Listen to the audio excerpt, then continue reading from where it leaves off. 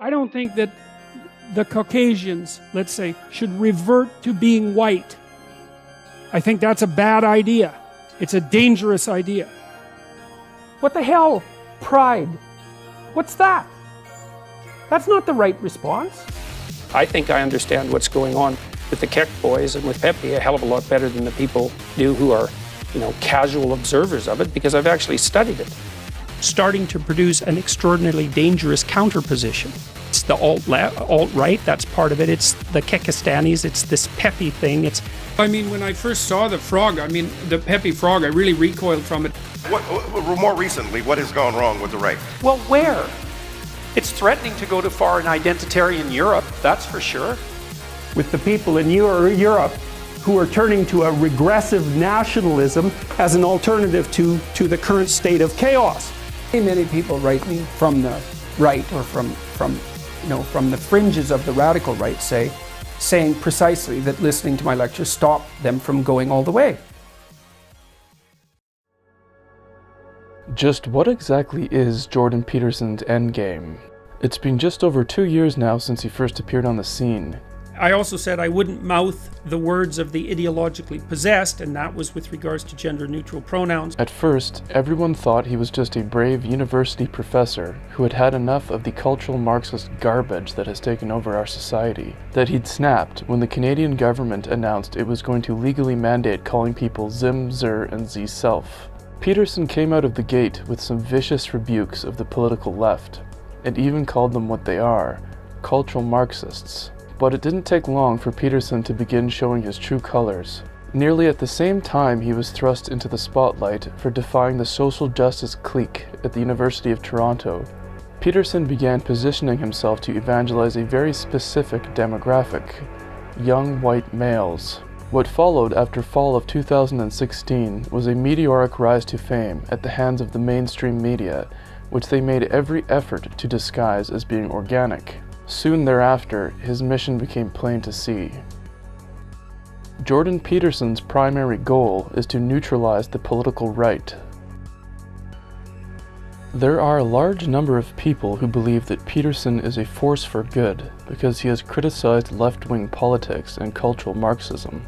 However, what was his motivation for doing so?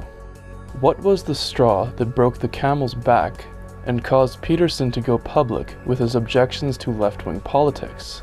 Did Jordan Peterson choose to sound the alarm at any point during his decades-long career as he witnessed the cultural Marxist infiltration of academia transform hundreds of thousands of students into useful idiots? No, he did not. Did Jordan Peterson choose to alert the world to the danger of the cultural Marxist subversion of the world's governments as he worked at the United Nations, helping them write a Marxist document that outlined their plans for creating equality of outcome inside of and between every country on Earth? No, he didn't. On the surface, it might seem like his primary concern was the encroachment on the liberties of freedom of speech, with his activism debut consisting of a YouTube video he published in the fall of 2016, where he expressed his refusal to speak the preferred pronouns of transsexuals, and his objection to Canadian federal legislation mandating speech of that nature. However, very shortly after doing so, Jordan Peterson gave an interview with the Canadian state-run media broadcaster, the CBC, in which he stated, "I can tell you one thing that I'm very terrified of, and you can think about this. I think that the continual, careless pushing of people by left-wing radicals is dangerously waking up the right wing. So you can consider this a prophecy from me if you want. Inside the collective is a beast, and the beast uses its fists. If you wake up the beast, then violence emerges. I'm afraid that this continual pushing by radical left-wingers is going to wake up the beast." Peterson expressed his terror at the realization that he had that the takeover of Western academia, the media, and governments by cultural Marxists was catalyzing a response by the political right. Part of the reason that I landed in the political hot water that I landed in last year was because I was increasingly aware that this process of polarization was going to take place, and that the continual, in my estimation anyways, the continual clawing of new ground underneath the radical leftist rubric, especially in the universities, is starting to produce an extraordinarily dangerous counterposition. His analysis was that the policies and aggressive dogma being churned out by the political left were being done in a careless manner that was leading to what he believed would culminate in the political left being neutralized by the right wing. This is the real reason why Peterson decided he needed to step onto the public stage, not because he wants to dismantle cultural Marxism, but because he realized that the political left's current strategy for achieving their goals is in the process of backfiring spectacularly. What's going on the left is a bit of a new twist. What you have is a coalition of different tribal identities that aren't large enough to marshal a force on their own, and so they're united, and together they are a formidable force. But what's going to happen is that's an unstable entity. At the point that that force gains power, it's going to come apart as internal dynamics rip it up. It's not capable of restraining the version that recurs on the right, the version that does manifest as white nationalism. That version is stable because it does represent an actual population that has an evolutionary basis for remaining cohesive. Jordan Peterson spent the last 2 decades of his career watching academia become infested to the gills with Marxist intellectuals, watching as hundreds of thousands of students were radicalized by their propaganda, watching as their rhetoric and demands became more and more extreme, while he sat back idly and did nothing. Remember also that Peterson proudly worked at the United Nations from 2009 until 2012 for George Soros' protege Jim Balsillie, where he helped draft a cultural Marxist document that outlined how the Western world's wealth must be redistributed to the Third World, and how the West must also accept and subsidize illegal immigration from the Third World. At no point in Peterson's career, including while working at the United Nations, did he feel the need to sound the alarm about the cultural Marxist takeover of Western institutions. What spurred Peterson to action was not only his realization that the methodology by which the political left was implementing its revolution was triggering an organic reaction, but that that reaction was fully capable of, and likely to, succeed in implementing a final solution to the Marxist problem. And your point, Brett, that the radical right actually is more powerful once they get organized is a really good one, because there's no fractionation. Yeah, it's more stable. You bet. And they have all the guns. That's another thing to think about. And so Jordan Peterson decided to attempt to strangle the fledgling right wing in its cradle.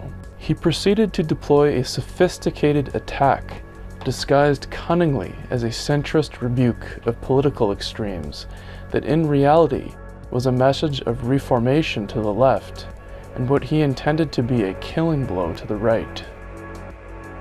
Stratagem: accuse whites of playing Marxist identity politics. One of Peterson's most substantial achievements has been the instantiation in the minds of his followers the belief that Europeans working together to resist their collective dispossession and extermination is no different than Marxist identity politics. Any concerted effort made by whites as a group to resist dispossession by progressive government policies or by mass immigration is condemned by Peterson as being a manifestation of identity politics. The French intellectuals had to admit that communism was a bad deal by the end of the 1960s. And what happened was that they played a sleight of hand game in some sense and rebranded themselves under the postmodern guise. And that's where identity politics came from. According to Peterson, identity politics are when a group identifies itself as being oppressed by another group and demands that the group that is oppressing them give up their wealth and power for redistribution amongst the oppressed group. And so they started to play a sleight of hand, and instead of pitting the proletariat, the working class, against the bourgeoisie, they started to pit the oppressor, the oppressed against the oppressor. And that opened up the avenue to identifying any number of groups as oppressed and oppressor, and to continue the same narrative under a different name. Some may believe that when Peterson claims whites are playing identity politics, he is in fact describing any form of politics that aims to advance the interests of European people as a group. However, in reality, Peterson has in fact tried to construct a narrative in which whites are literally trying to define an oppressed-oppressor dichotomy to pursue Marxist identity politics. In the spring of 2018, Peterson published a short article on his blog entitled "On the So-Called Jewish Question," In that article, he wrote, "Why do the reactionary conspiracy theorists even bother? This is a straightforward matter. If you're misguided enough to play identity politics, whether on the left or the right, you require a victim, in the right-wing case, European culture or some variant, and a perpetrator, Jews. Otherwise, you can't play the game." So whenever Peterson dismisses and condemns Europeans as playing toxic identity politics for working together to put an end to mass immigration that is rendering them a minority in their own countries, or for working together to put an end to the Marxist subversion of their nations that is hell-bent on incrementally dispossessing them, he is in fact making the claim that those Europeans want nothing more than to play the victim and demand redistribution of power from Jews to themselves. It is with this sleight of hand that Peterson falsely equates whites wanting to protect the demographic destiny of their own countries with totalitarianism, evil, and danger. Peterson's fallacy here is plainly revealed when one considers the fact that both the USA and Canada, both before World War II, were classical liberal democracies that shed blood to defeat totalitarian regimes, and both countries strictly enforced the demographic character of their countries with immigration laws that nearly exclusively permitted European immigration only. Furthermore, when Peterson differentiates between men and women, it is no different than someone differentiating between races. It is a form of identity politics that is based on objective biological reality, rather than any kind of ideology, and is thus the antithesis of Marxist class warfare identity politics. Having established that whites protecting their nations and the future of their children from certain destruction is automatically tantamount to the instantiation of some flavor of totalitarian regime, Peterson's next objective was to undermine the psychological foundations of European identity itself. Stratagem: psychopathologize and deconstruct white identity. Peterson frequently uses his position of authority as a psychologist to psychopathologize white identity. More than once, he has referred to whites who desire to organize together to protect their group interests as pathological. At other times, he likes to chastise whites for committing the sin of racial pride, deeming it as well to be a pathology. During a talk, Peterson was confronted with a quote from Canadian historical sociologist and professor at the University of New Brunswick, Ricardo Duchesne. In the quote, Duchesne argued that for the underlying spirit of individualism to be preserved in the West, European people themselves must be preserved, arguing that individualism was a trait that seemed to be inherent to European peoples, concluding that Europeans must therefore take pride in their ethnic identity and heritage as a means of self-preservation, and therefore as a means of preserving the spirit of individualism itself. Rather than addressing the actual premises and conclusion of Duchesne's argument, Peterson went on a tirade about how ethnic pride is sinful and unacceptable, casting scorn upon Duchesne and other whites who dare to take pride in their heritage and culture. That's nothing to be proud of. That's something to tremble before, to take on as an ethical burden, and not to wave a flag for how wonderful you are that you happen to have the same skin color as some of the people who thought that up. It's not the right response. Peterson's chastisement of Europeans who take pride in their heritage and culture is based on the absurd assumption that any who do so are trying to literally take personal credit for the achievements of their ancestors. It's like I don't feel pride about that. I feel like I have something to live up to. That's not the same thing, man. And so these right-wingers in this, it's like, look what we've done. It's like, no, it's not you that did that. That's something, man. You gotta have your act together before you would dare to say, well, that was me. It's like, yeah, sure it was you. Yeah, right. No. The reality, of course, is that pride in one's heritage, culture, and civilization is not in fact hubristic pride, but one of pride of ownership, an emotion that engenders the very deep sense of responsibility and appreciation that is necessary to preserve those things, the very feelings that Peterson claims should be felt in place of pride. At some point, Peterson declared that the goal of what he calls the radical right, his disparaging term for European people who wish to cooperate with one another to protect their nations from certain destruction, is to cultivate unearned identity and the glories of the past. What Peterson is doing here is in fact paving the way for the most extreme forms of egalitarianism, since one cannot control their DNA or their heritage, nor can one control their environment. The person one is cannot be earned. This is the same argument that is used by those who argue for equality of outcome. For example, they will argue that since intelligence is either largely determined by genetics or the environment, it is an advantage that is not earned, and therefore measures must be put in place to mitigate that unfair, unearned advantage. What Peterson is actually saying is that whites have no right to their own identity based on their heritage, since they did not work to earn who their parents or ancestors were. You're using your unearned privilege.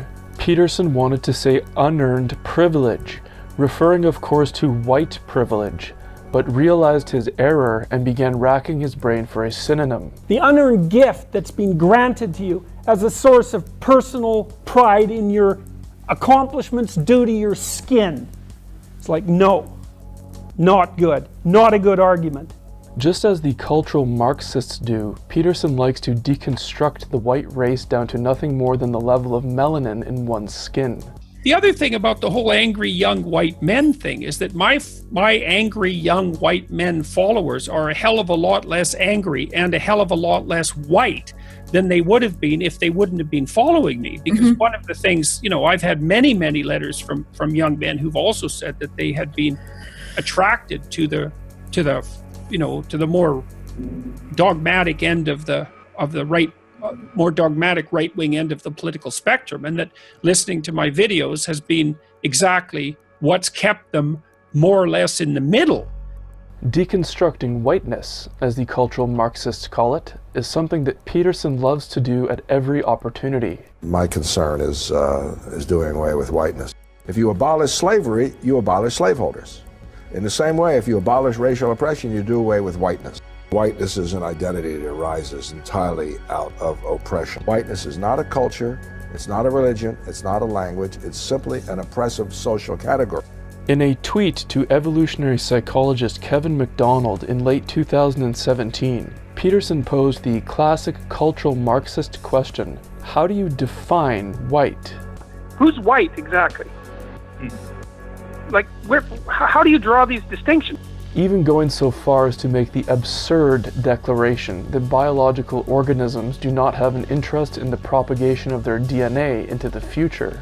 While some may try to argue that Peterson's primary concern is with trying to prevent society from being destabilized by what he calls tribalism or identity politics, it is clear that when it comes to Europeans, Peterson's motives go far beyond simply warning about the dangers of group identity. He has declared that white identity itself is a mental illness, and not only that, but that the white race itself is a fiction, just as the cultural Marxists do, the people whom he claims to oppose. The very hint of a white individual taking pride in their heritage causes Peterson to lapse into a venomous tirade of shaming and castigation.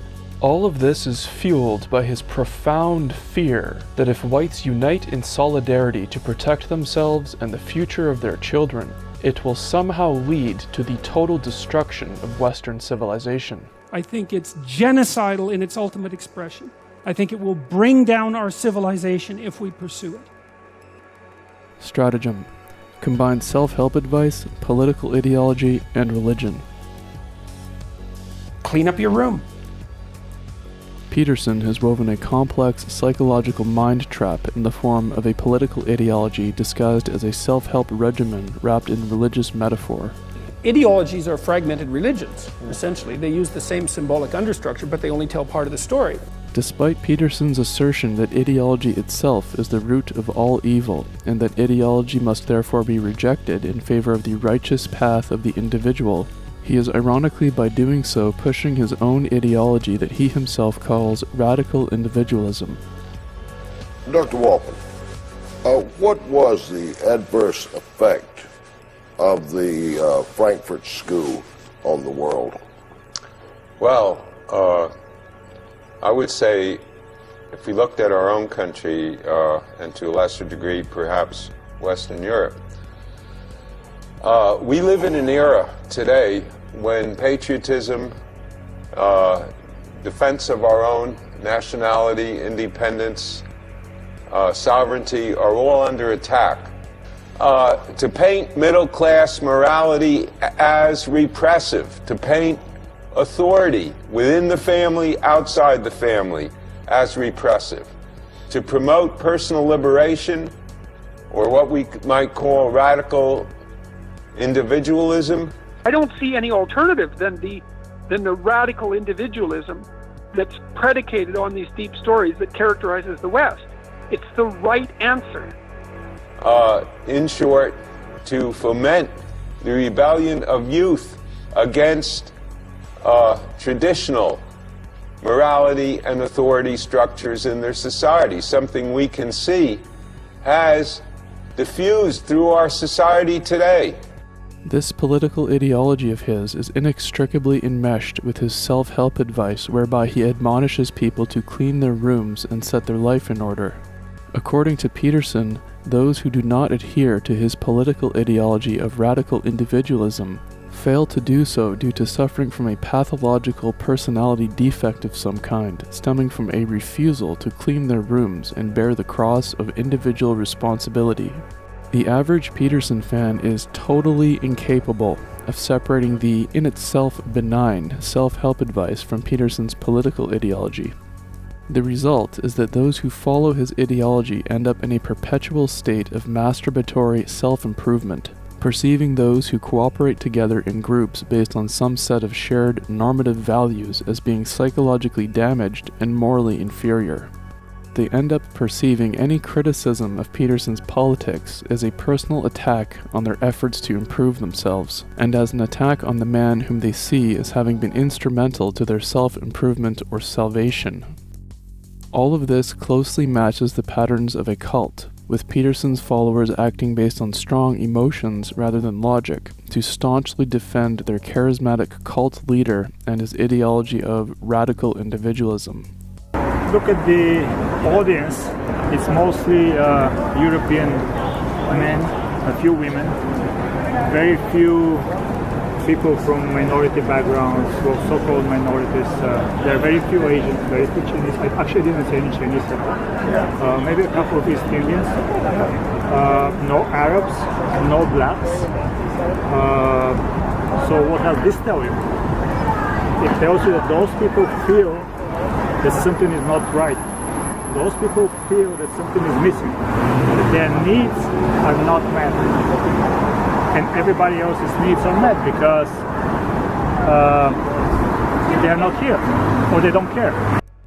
In retrospect, it is plainly evident that Peterson made an effort to market himself and his cult to young white males from the very beginning. In the fall of 2016, Peterson attempted to subvert the mimetic culture by intentionally associating himself with Pepe the Frog, claiming that spiritual synchronicity had crowned him the spokes frog. So, yeah, when I saw the video that you put up, was it 2 days ago now? I think, Yep. Yeah, 2 days ago. I couldn't believe it.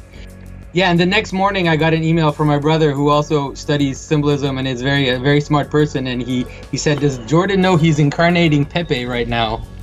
Yeah, well, the funny thing is, I knew about Pepe, but I had nothing like that on my mind when I made the video. It never even entered my mind that was an association. As spokes frog, I'm announcing that there's something polluted about the water in which we're all swimming. And note how he was careful to position the orange circle on the painting behind him around his head as if it were a divine aura or halo, a symbolism that he no doubt intended to convey his status as the divinely appointed spokes frog prophet of the young white males he refers to as the Lost Keck Boys.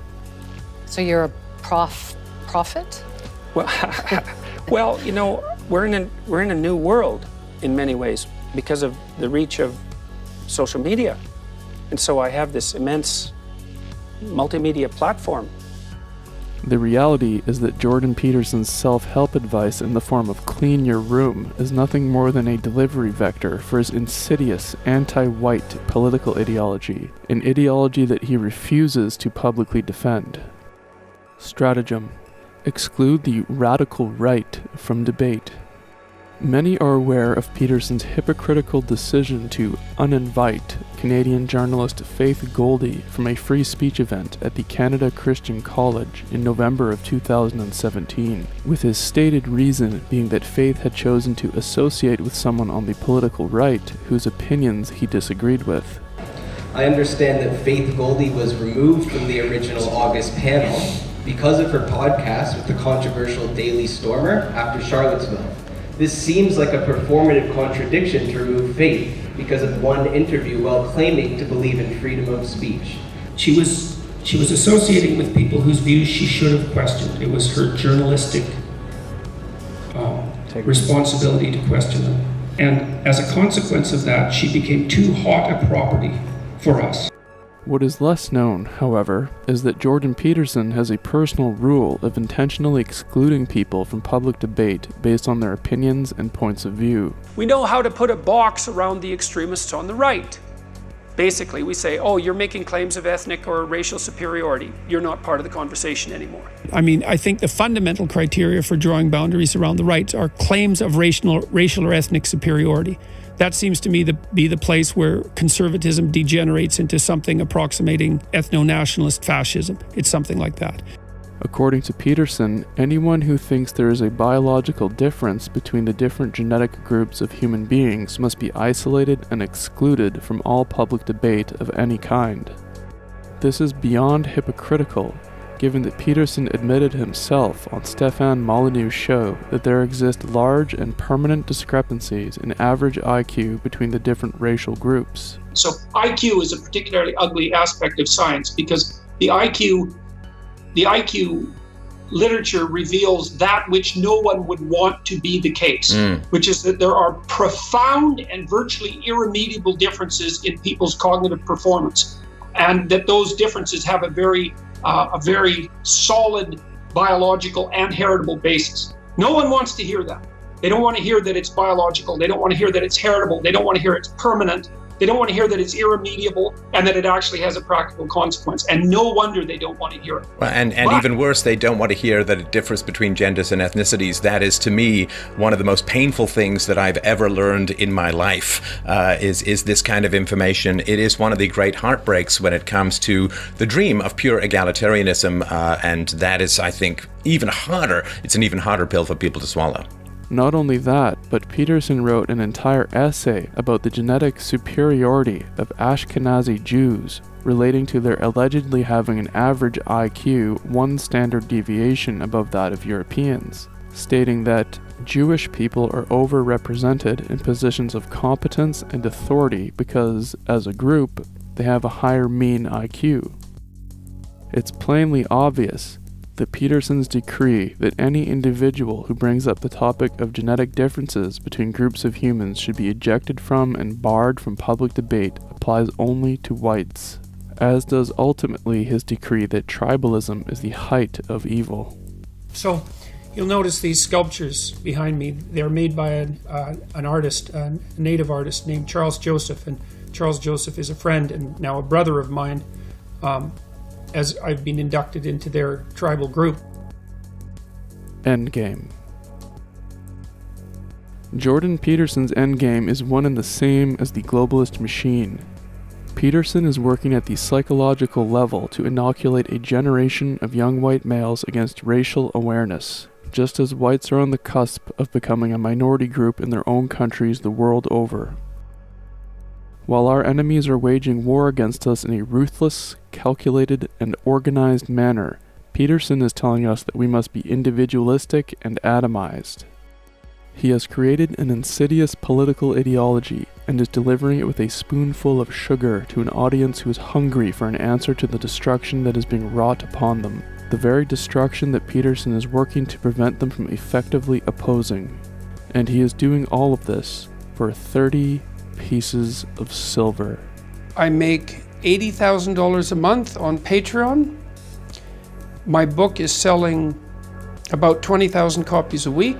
I have royalties that probably amount to something approximating $1.50 on each of those. The tours garner about $35,000 to $50,000 an evening. I have a business that's generating, I don't know, something in the neighborhood of $200,000 a month for me personally. There's some other smaller sources of income than that. You are making a lot of money. Yes. Out of this. I certainly am. And so are a lot of other people. I'm not ashamed of making money. It's very hard to make money.